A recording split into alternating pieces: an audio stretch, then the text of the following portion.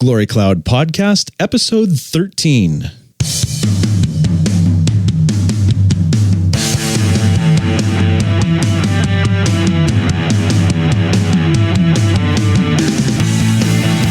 Well, welcome back to another episode of the Glory Cloud Podcast. Stay tuned because we've got a special guest on this week.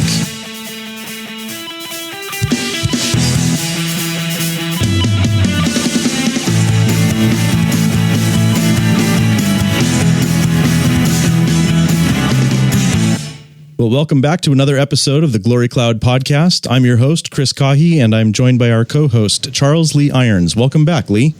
Hello, Chris. Good to be with you. Well, I'm very excited about this week's episode because we have a very special guest with us. Today, we are joined by Jonathan Kline. Jonathan is the grandson of Meredith G. Kline, and Jonathan is a scholar in his own right. He earned his bachelor's degree in Near Eastern Studies from Cornell University. He earned a master's degree in biblical languages from Gordon Conwell Theological Seminary, and he recently earned his PhD in the Hebrew Bible from Harvard University. Jonathan is currently the associate editor at Hendrickson Publishers, and we are especially honored to have Jonathan as our guest this week because of his involvement in Meredith G. Kline's commentary on Genesis, which was recently released by Hendrickson Publishers and has only been on the market for a few weeks. Jonathan Kline, welcome to the Glory Cloud Podcast. Hi, Chris. Hi, Lee. Thanks so much for having me. Our pleasure, definitely. So, in your introduction to the Genesis commentary, you mentioned that it was written in the mid-1990s and that after Meredith passed away, you found the typescript among his files. Can you tell us a little bit about what that discovery was like? Sure. It was a fun and exciting discovery. My grandpa passed away in 2007, and sometime in the year following that, my dad and I started going through some of the many boxes of correspondence and lecture notes and other things like sermons that he had at his house. And actually, the process is still continuing. We've only been able to do it piecemeal over the years, just with everything else going on in our lives. So there's more to find out. So we'll see what comes from all of those files. But in our early looking through, in one of the boxes that I was looking at, I found the manuscript of this commentary, and it was really thrilling to see it. There was a work that my grandpa had written that he never published, but it was fully formed. So it was really exciting to see. And when I found it, I typed it on my computer so that I could preserve it. And, I wanted to do something with it someday. But then I headed off to grad school pretty soon after that. And so I didn't have time to do anything with it for a number of years. And then a couple of years ago, after I finished school, I started working at Hendrickson, and I was talking to my colleagues, and we all felt that the book could be a really good fit for the folks we serve who are in the academy and the church. So we decided to publish it. So it's been a real honor to work on it. It's been a real pleasure, and we're really happy to make it available to the public now. That's great. So when you found the manuscript and read through it, did you find that there was much editing that was necessary? How much editing did you end up doing to the manuscript? As I mentioned, the manuscript was pretty fully formed, so there wasn't a whole lot to do. And my grandpa had a good command of English style. Sometimes it's pretty esoteric, as people who read his works know. Sometimes it can be a little hard to get used to, but he was a very precise writer, so didn't need a lot of cleanup. I just did the normal basic editorial tasks of correcting minor errors and making the formatting clear and consistent, things like that.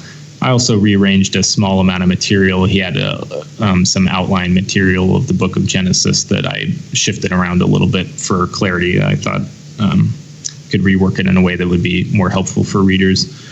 I did a few other things as well that I thought would add some value to it. First, wherever my grandpa alluded to a Hebrew term, or to more than one term, I would supply the word or the words that he was referring to, because he wrote the commentary as a a verse-by-verse note-style commentary, so it's pretty concise, and I think he was trying to write it for a lay audience, and so he would often refer just obliquely to Hebrew terms and say, there's a pun here in the text or something like that. So I thought it would be interesting and helpful for readers to supply the terms in question. So I supplied those in footnotes and always in transliteration, so you don't actually need to know Hebrew in order to understand the comments. And sometimes I would provide an explanation too, especially if he was talking about a pun. I would just know what the pun was. So that was one of the main value adds that I gave to the book. And I hope that those things will provide readers with food for thought or further research of their own. One other thing that I did that I hope will be interesting and helpful to readers is, as I was working my way through the commentary, I would notice terminology that my grandfather would use, or sort of adumbrations of larger discussions that we would have in other books like Kingdom Prologue. And so I thought that it could be useful to cross-reference his other writings in this book. And so throughout the commentary, I've added footnotes in which I cross-reference Kingdom Prologue, or God, Heaven, and Har Magedon, his last book, or various articles that he wrote. Because, again, this commentary is somewhat concise, and if you're not familiar with his other writings, sometimes the points that he's making, what underlies them are larger discussions that he has in his other works. So I wanted to help point readers to those discussions. Yeah, I noticed, Jonathan, that there is a certain amount of overlap with Kingdom Prologue, and yet there's also some areas in this commentary that are not covered in Kingdom Prologue. Could you give us a brief summary of what are the differences between what this commentary covers and what Kingdom Prologue covers? Sure, that's an interesting question, Lee. This commentary was written in the mid-1990s, so it was written not too long after my grandfather finished Kingdom Prologue, which developed out of his course in covenant theology that he offered at various seminaries. And so the material from Kingdom Prologue was fresh in his mind, I think, when he was writing this. And so there are definitely points of contact, as you and I have both been noting. In terms of biblical material, the first 2/5 of the commentary approximately cover the primeval history of Genesis, so Genesis chapters 1 to 11, plus the early Abraham narratives, so Genesis 12 to 15, basically. And those chapters, Genesis 1 to 15, are basically the main focus of Kingdom Prologue. He discusses other things in Genesis, of course, and as is well known for people who are familiar with Kingdom Prologue, Kingdom Prologue really, it's not just on Genesis 1 to 15, but it covers all of redemptive history in a way, and sort of the whole Bible in many ways. So, as I said, the first 2/5 of this commentary cover about the same amount of biblical material that Kingdom Prologue covers. So that means that the latter 3/5 of this new book, Genesis, a new commentary, the latter 3/5 of this book cover the rest of the chapters of Genesis, which are not discussed, or at least they're not central to Kingdom Prologue. So Genesis 16 to 50, roughly. So in terms of the biblical corpus, there's definitely some overlap, and narratives of creation and fall and flood and Abraham are pretty central in both books. So there's some overlap in terms of the biblical material, but definitely in terms of the thinking and the thought patterns, there's a lot of continuity and a lot of overlap. And I think that's one of the great things about this new commentary, is that it provides insights into my grandpa's big ideas, but it does so in a more concise and I think more approachable and accessible way than Kingdom Prologue does. So it's a really exciting and helpful way to get an entree into his thought. Or if you are familiar with Kingdom Prologue and his other writings, it's this commentary is a really good way to refresh your knowledge or get slightly different angles on that material. Yeah, well, that's a good segue to my next question. Is to what extent do you think this book could be used as a beginner's introduction if they wanted to get an introduction to Meredith Kline's biblical theology? I think the book can certainly be used as a beginner's introduction to Meredith Kline's biblical theology. And as I was saying that, I think that's one of the book's real strengths. My grandfather also conceived of his last book, God, Heaven, and Har Magedon, which was published 10 years ago now in 2006. He conceived of that book as a primer to his biblical theology. So I think he thought of all of his works, he thought of that one as sort of a resume or an introduction to his thinking. But that book, I think in some ways is a little bit easier to read than some of his others, but it's still pretty technical. And it has some paradigm shifting, large ideas in it. So it can be a little hard to approach, maybe if you haven't read any of his works before. So yeah, again, I think that one of the big advantages of Genesis, a new commentary, is that because it's a verse by verse commentary, I think that compelled my grandfather, sort of a good challenge for him, because it compelled him to really state these complex ideas in a small compass and to tie them all together, and to stick close to the text all the way along. And I think that can be a really helpful thing for readers. So it's still a book that's really rich with ideas. It's very dense, like his other books are, but because it's constantly stays grounded in the biblical text, it continues to move along in a relatively rapid way. And so I think that readers are able to follow it, or I hope they'll be able to follow it easily. And so I think in that way it can be used as an introduction to his biblical theology. That's great. So in light of what you've said about how the discovery of the manuscript was made, and obviously your relationship to Meredith Kline and your involvement in editing the manuscript, it would be difficult to find anyone more qualified to talk about how the book should be used. I was wondering if you might tell our listeners a little bit about your thoughts about how it should be used. Should it be read straight through? Should they consult it for specific verses? That's a good question. And you're very flattering, by the way. I'm not sure I'm the most qualified person to talk about how the book can be used. I mean, many people, studied with my grandfather and, understand his thought very well. So, but I appreciate your kind words. Yeah, it's a good question about should the book be read straight through, or can it be, or is it better to consult it on specific verses? I think that it can profitably be read either way, and preferably both. I think the advantage to reading it straight through is that you get an overview of my grandfather's take on things, which, as I've mentioned, and as anybody who's studied with him or has read his books is aware, it can take getting used to the way he thinks about things. Mike Horton wrote a really great foreword for Genesis, a new commentary, and he talks about the paradigm shifting nature of my grandpa's ideas. And he starts out by saying, he's not going to do it again today. Is he sort of this, where Mike would come to class and have this thought that how can this paradigm possibly shift again, in these big ideas. And, I definitely had that feeling for many years when I was getting used to my grandfather's ideas too, and really digging into Kingdom Prologue. So I experienced that as well. So I think the advantage to reading this commentary straight through is that it does give you an overview, and you can really get used to the big ideas because they keep recurring throughout the book. Ideas of typology and things like that.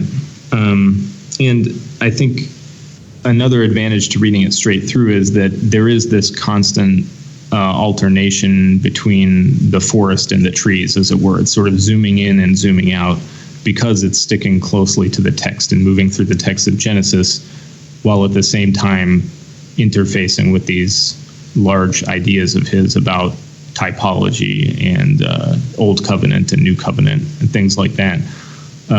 Working straight through can help you sort of go back and forth between the micro picture and the macro picture, and that can be really helpful, I think. So I would definitely recommend to people to read it straight through. And my grandpa, he was a follower of Gerhardus Voss, of course, and very interested in the overarching structure of redemptive history. So again, you get that by reading straight through. But I think the book can also, of course, be profitably consulted on individual verses, and because there are complex ideas involved. If you are particularly interested in how my grandfather treats a particular passage, then it can be helpful to sort of go to those passages and pick and choose first and sort of see how he approaches them, and then sort of read through. So I guess just to sum up, I would say I think it can be read straight through or consulted on specific verses, and both can really be fruitful avenues. Okay. Yeah, for myself, when I read it straight through, and I really enjoyed that, but I also feel the need to go back and reread certain sections. For about the first half of the book, I felt like it sounded to me a lot like Kingdom Prologue. And as I was reading it, I was thinking, oh yeah, this one sentence here probably could be expanded into 2 or 3 pages in Kingdom Prologue.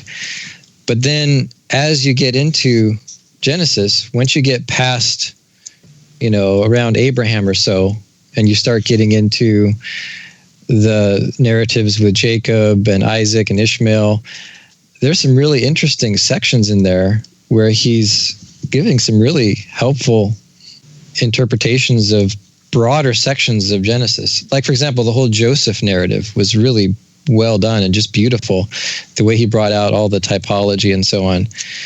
So I feel the need to go back myself and reread some of those individual, not verses, but larger units that are a cohesive whole within Genesis, and then kind of meditate on them and see, how Kline's thinking on that whole section can really be brought out and connected to the overall drama of redemptive history.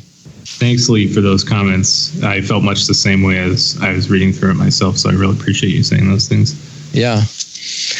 Now, I noticed that at the very beginning of the commentary, so this is page 1, Meredith writes, he says, in biblical times, great kings established their rule over lesser kings by covenantal transactions documented in treaties. The Old Testament and New Testament are similar treaty constitutions or canons by which the Lord God has governed his people.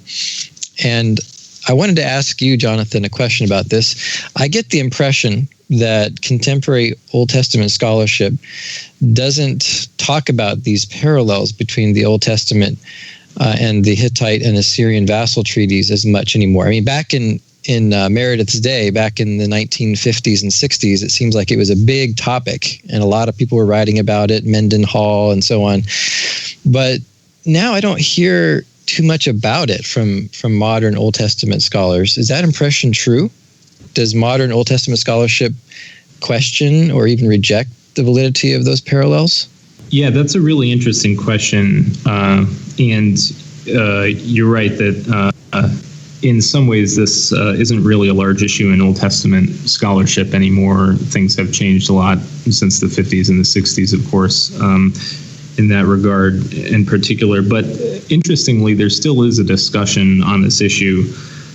The annual meeting of the Society of Biblical Literature is taking place next week. And as I was flipping through the program book for that, looking at the sessions that'll be offered there, I noticed that there's at least one, but I think maybe 2 or 3 sessions that are actually devoted to or that touch on this topic of what is the relationship between the Book of Deuteronomy and ancient Near Eastern treaties, whether Hittite or Assyrian. So the topic is still alive and well, even if it's not central to scholarship these days. My impression, I'm not an expert on the developments in this area, but my impression is that in recent years, the majority opinion has shifted so that most scholars think that the first millennium Assyrian treaties provide a better historical or comparative background for the Book of Deuteronomy than the second millennium Hittite treaties, but there definitely is still a debate. So the issue isn't settled, and the evidence is either ambiguous or there are people on both sides. Next year, actually, Hendrickson's going to be publishing a book on Deuteronomy that is going to contain a couple of essays on this question. One by Lawson Younger and one by Younger and Neil Huddleston. And they're writing on current state of research on this question and adducing a lot of the primary textual data. So I think there'll be some exciting essays to read and digest, because I think they're really trying to take account of what are all the data we know at this point and what's the state of the debate on that. So yeah, it's definitely, like I said, doesn't seem to be a central issue of discussion, but it's still there, and people still find it interesting. Okay, that's helpful.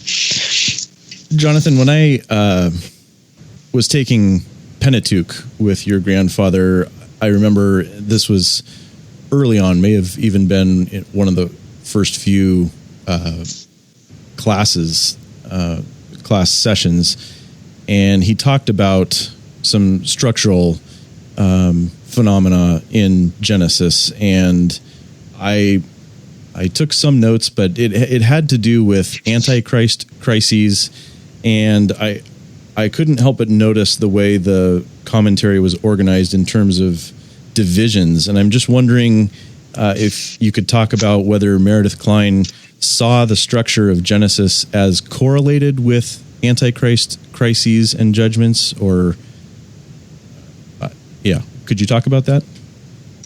Sure. It's a really interesting question, Chris. I think he definitely saw the pattern of Antichrist crises and judgments present in certain parts of Genesis, especially, for example, in Genesis 6:1-4, the episode about the divine kings it's a very difficult text that people have debated how to interpret it exactly. But the way he interpreted that text was that there were these human kings who were self-deifying, and so he treated that as sort of this crisis point in history at that time. And basically, he develops this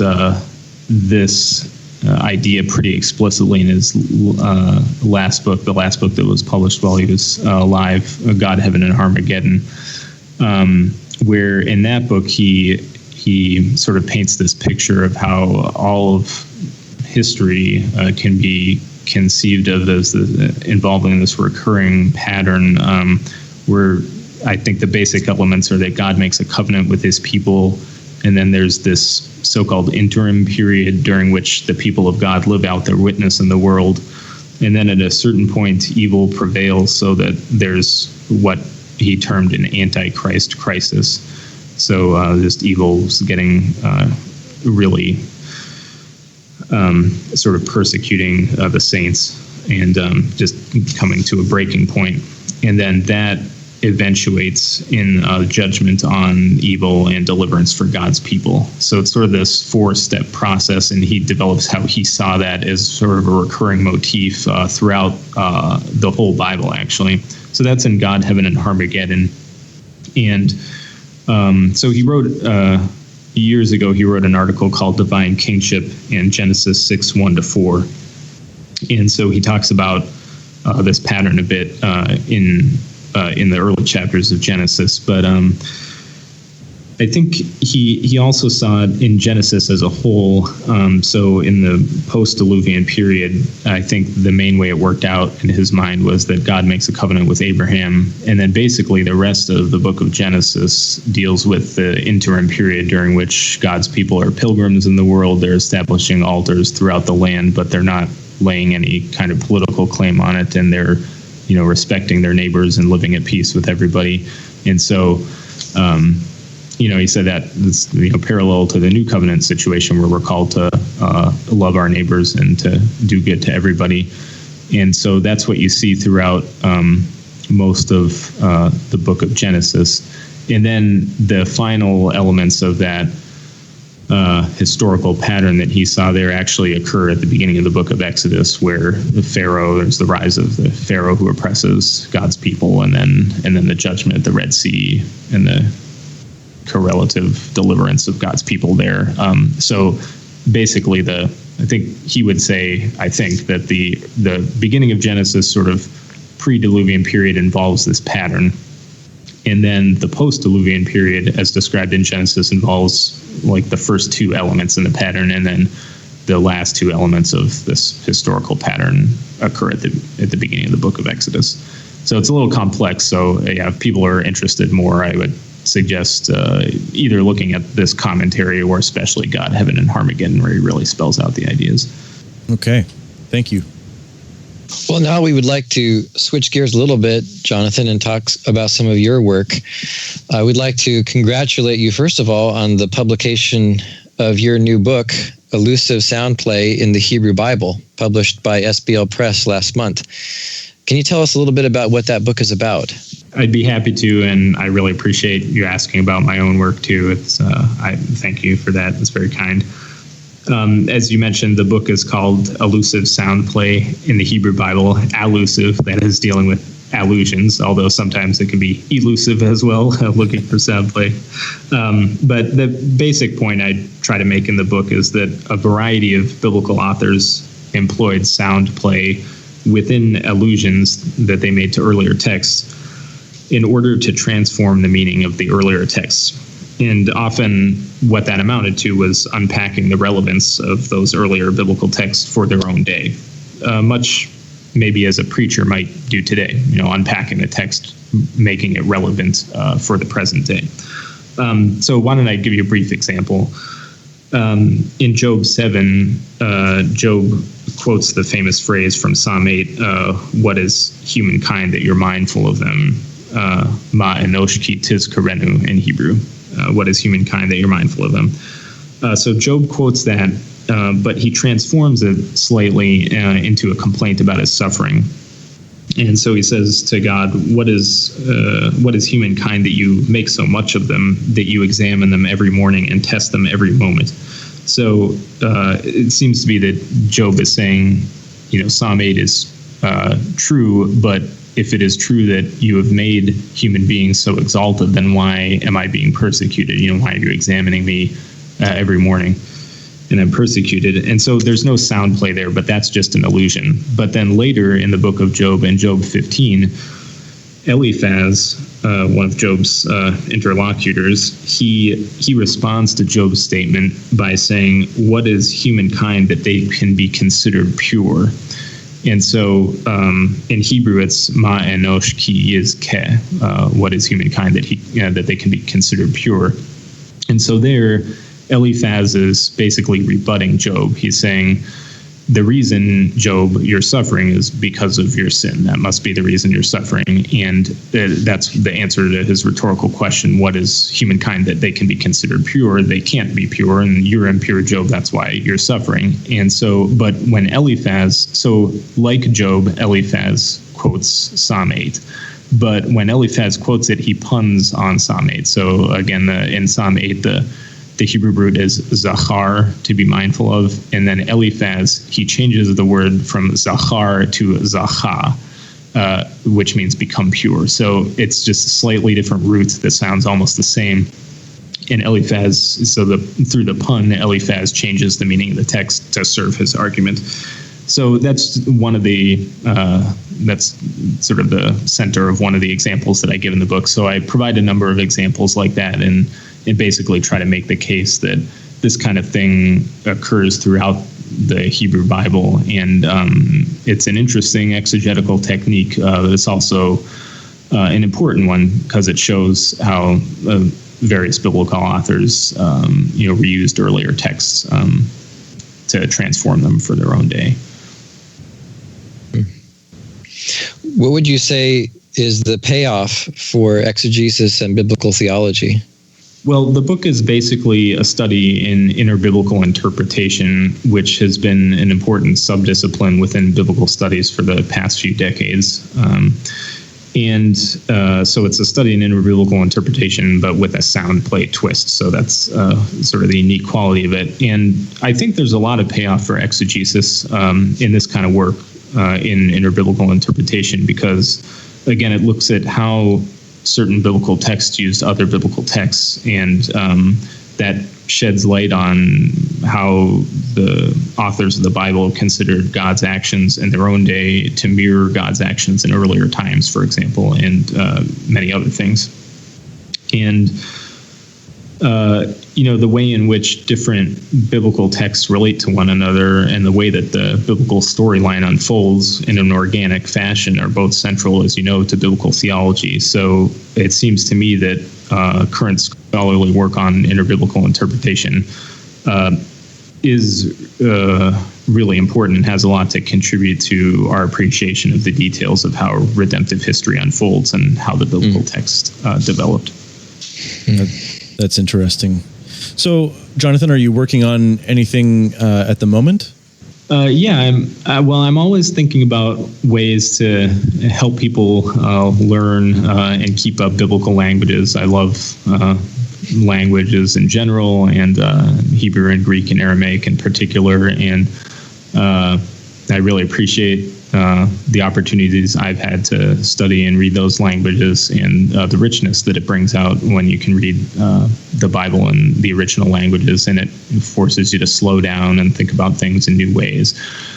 So I'm always thinking about ways that I can help other people learn the languages, or if they have studied them, to retain them.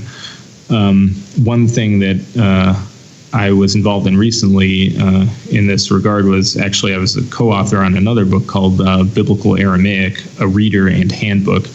And that just came out recently as well in the last few weeks. And I'm excited about that book because it provides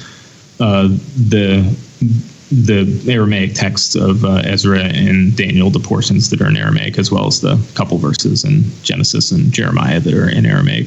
So it provides the biblical texts with an apparatus that glosses almost all the words, parses all the words, and so it really enables people, I think, to read those texts, people who studied Hebrew, people who studied even just a little bit of Aramaic.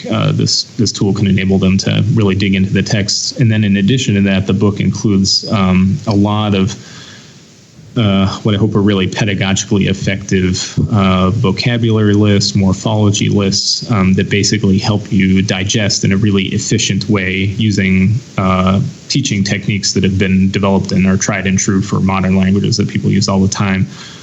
These lists can help you digest the words of Biblical Aramaic and the patterns and stuff, again, in an efficient way, so that you can sort of shuttle back and forth between learning vocabulary and reading the text. So, I'm really excited to be a part of that project. And like I said, I'm always sort of dreaming about new ideas. So we'll see what might come about down the road.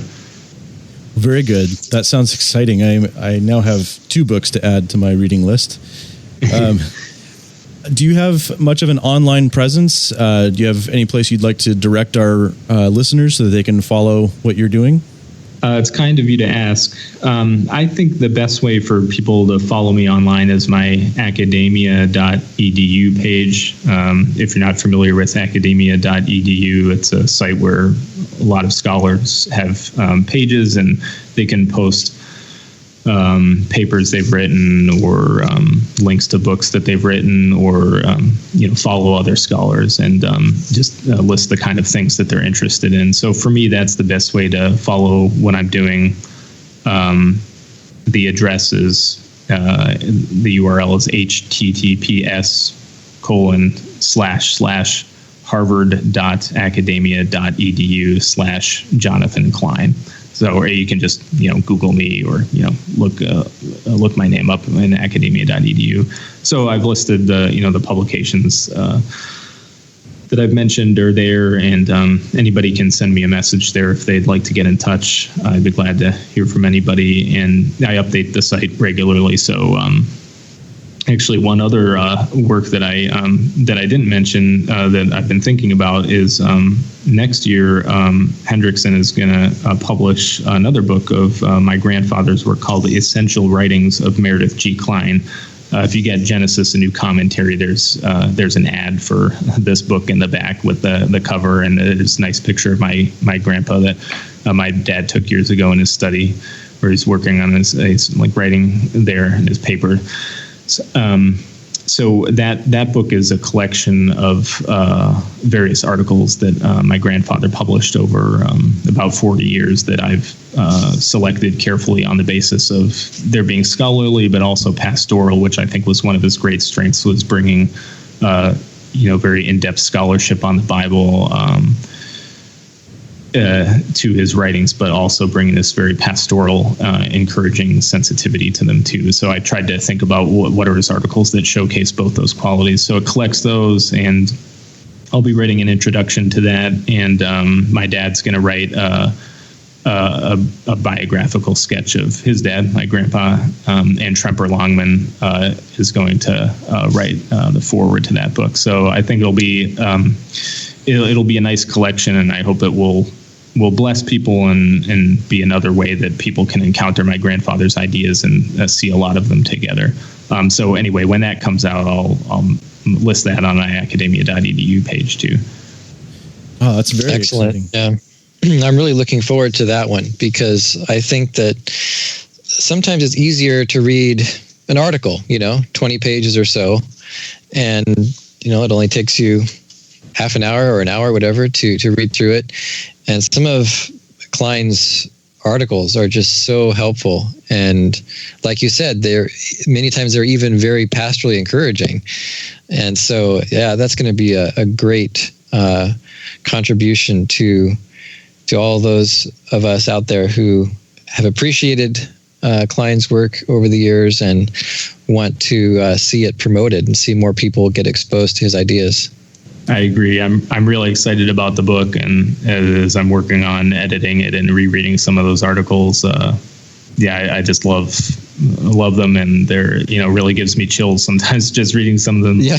The Feast of Cover Over is one he wrote about the Passover experience, yes. And just a very rich Christological discussion, and just the imagery there of God hovering over his people protectively and loving them in the midst of this dark judgment situation is it's very moving and it comforting. Is, yeah. So that I just really appreciate those qualities. It's funny that you had mentioned that particular article, the Feast of Cover Over. That's the exact one I had in my mind as being the most impactful and pastoral, where you almost get the sense that at the end there he's preaching, he's preaching the gospel. It's just so encouraging. So, do we have a rough estimate of when that might be available? Yeah, that will be available in the fall of 2017. Okay. Great. Wonderful. Yeah. Well, Jonathan, we really appreciate you coming on the podcast with us, and we hope that you might be willing to come back in the future and talk with us again. Thanks, Chris. I would love to. I've really enjoyed our time together. This has been a real pleasure and a real honor for me. So thanks to both of you, Chris and Lee. Thank you, Jonathan. Yes, thank you very much. Well, we have many books to link to in the show notes this week. In particular, we've been talking about Genesis, a new commentary by Meredith G. Kline, edited by grandson Jonathan G. Kline.